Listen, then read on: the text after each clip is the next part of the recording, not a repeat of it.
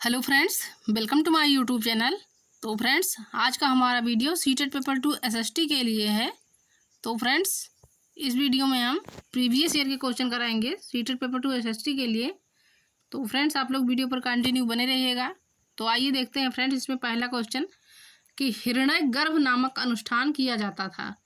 तो हिरण्यगर्भ नामक अनुष्ठान किस लिए किया जाता था, यही है क्वेश्चन में पूछने का आशय कि हिरण्यगर्भ नामक अनुष्ठान तो ये किया जाता था, क्यों किया जाता था, किस लिए किया जाता था। तो देखिए, पहला वाला ऑप्शन इसमें है कि जब एक राजा किसी क्षेत्र को जीतता था, यानी हिरण्यगर्भ नामक अनुष्ठान किया जाता था कि जब एक राजा जो है किसी क्षेत्र को जीतता था तब किया जाता था, या राजा को क्षत्रिय घोषित करने के लिए, चाहे वह जन्म से क्षत्रिय ना हो, तब किया जाता था।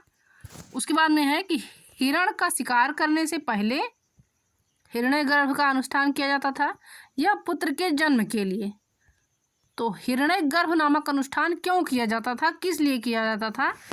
तो देखिएगा कि हिरण्यगर्भ नामक अनुष्ठान जो किया जाता था, तो ये किया जाता था कि राजा को क्षत्रिय घोषित करने के लिए, चाहे वह जन्म से क्षत्रिय ना हो, चाहे वह जन्म से क्षत्रिय ना हो, किंतु राजा को क्षत्रिय घोषित करने के लिए हिरण्यगर्भ नामक अनुष्ठान किया जाता था। तो इसका सही उत्तर हो जाएगा ऑप्शन नंबर 2, यानी सेकंड वाला ऑप्शन जो है, तो इसका सही उत्तर हो जाएगा कि राजा को क्षत्रिय घोषित करने के लिए हिरण्यगर्भ नामक अनुष्ठान किया जाता था, चाहे वो जन्म से क्षत्रिय ना हो।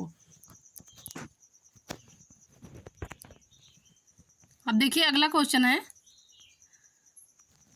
निम्न कथनों पर विचार कीजिए। खगोल शास्त्री आर्यभट्ट ने संस्कृत में आर्यभट्टियम नामक पुस्तक लिखी थी। उसके बाद में बी है कि आर्यभट्ट ने ग्रहण के बारे में भी तर्क दिया था। तो देखिएगा, उपरोक्त में से कौन सा कथन सही है। पूछा गया है कि खगोल शास्त्री आर्यभट्ट ने संस्कृत में आर्यभट्टियम नामक पुस्तक लिखी थी कि नहीं लिखी थी। उसके बाद देखिएगा कि आर्यभट्ट ने ग्रहण के बारे में भी तर्क दिया है, यानी ग्रहण जो चंद्र ग्रहण और सूर्य ग्रहण लगता है, तो आर्यभट्ट ने जो है उसके बारे में भी तर्क दिया था। तो उपरोक्त में से इसमें पूछा गया है कि कौन सा कथन सही है।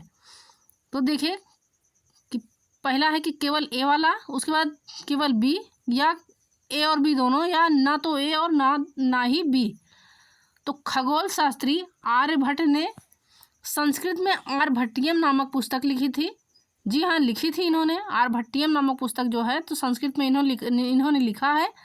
उसके बाद देखिएगा कि आर्यभट्ट ने ग्रहण के बारे में भी तर्क दिया था। जी हाँ, आर्यभट्ट ने जो है तो चंद्र ग्रहण और सूर्य ग्रहण जो लगता है उसके बारे में भी इन्होंने तर्क दिया है। तो उपरोक्त में से जो है तो ये दोनों सही हो जाएगा। तो इसका सही उत्तर हो जाएगा ऑप्शन नंबर 3 कि ए और बी जो है दोनों सही है।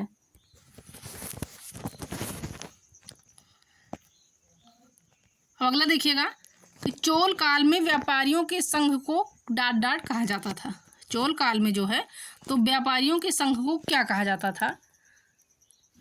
तो चोल काल में देखिएगा, व्यापारियों के संघ को कहा जाता था ग्रामम। उसके बाद बी है श्रेणी, सी है नगरम, या सभा। तो चोल काल में जो है व्यापारियों के संघ को कहा जाता था नगरम। सही उत्तर इसका हो जाएगा ऑप्शन नंबर 3।